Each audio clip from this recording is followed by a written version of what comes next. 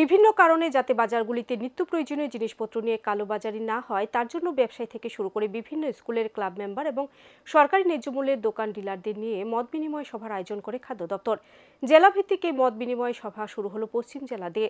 আগরতলা রবীন্দ্র শতবার্ষিকী ভবনে আয়োজিত জেলাভিত্তিক মত বিনিময় সভার উদ্বোধন করেন খাদ্য জনসংভরণ দপ্তরের মন্ত্রী সুশান্ত চৌধুরী। উপস্থিত ছিলেন সদরের মহকুমা শাসক সহ খাদ্য দপ্তরের আধিকারিকরা। প্রাকৃতিক দুর্যোগ কিংবা আরও নানা কারণে প্রায় সময় দেখা যায় ত্রিপুরার সাথে রেল কিংবা সড়কপথে বহিরাজ্যে যোগাযোগ বিচ্ছিন্ন হয়ে পড়তে, আর এতে করে রাজ্যের বাজারগুলিতে নিত্য প্রয়োজনীয় জিনিসপত্রের কৃত্রিম সংকট। একাংশ কালোবাজারি তখন নানা অজুহাত দেখিয়ে পকেট কাটতে শুরু করে সাধারণ মানুষের। তাই এ ধরনের পরিস্থিতি যাতে আগামী দিনে তৈরি না হয় তার জন্য এবার আগে থেকে যেন সক্রিয় হয়ে উঠল খাদ্য দপ্তর।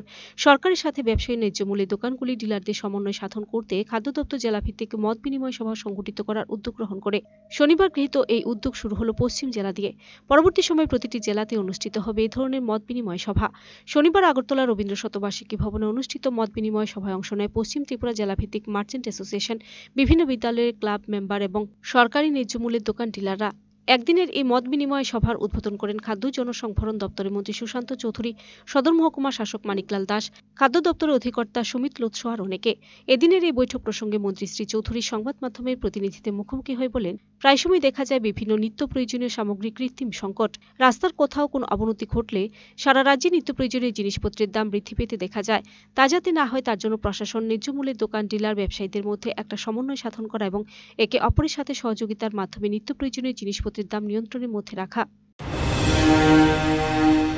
থেকে সঙ্গে যাদের যুক্ত বেশি মানুষের পিডিএস সিস্টেম মানে রেশন শপ ডিলার তাদেরকে নিয়ে জেলা ভিত্তিক আমরা সেমিনার করব এবং আলোচনা সভা বা মত বিনিময় সংগঠিত করব। আজ থেকে আমরা সূচনা করলাম পশ্চিম জেলা ভিত্তিক, তারপরে আমরা সিপাহী জেলা উদয়পুর বিভিন্ন জায়গায় আমরা করব, 8টি জেলায় করব। মুদ্রা কথা হচ্ছে যে আপনারা দেখেছেন যে বিভিন্ন সময় বিভিন্ন পণ্য সামগ্রী আর্টিফিশিয়াল ক্রাইসিস তৈরি করার চেষ্টা করা হয় এবং বিভিন্ন সময়ের আগরতলা আসামের মধ্যে রাস্তার মধ্যে যদি কোথাও ডিরেলমেন্ট হয় বা কোথাও রাস্তায় যদি কোনো পরিস্থিতির অবনতি ঘটে, তবে আগরতলা এবং সারা রাজ্যের মধ্যে জিনিসপত্রের নিত্য প্রয়োজনীয় সেখানে একটা বৃদ্ধি ঘটে দাম।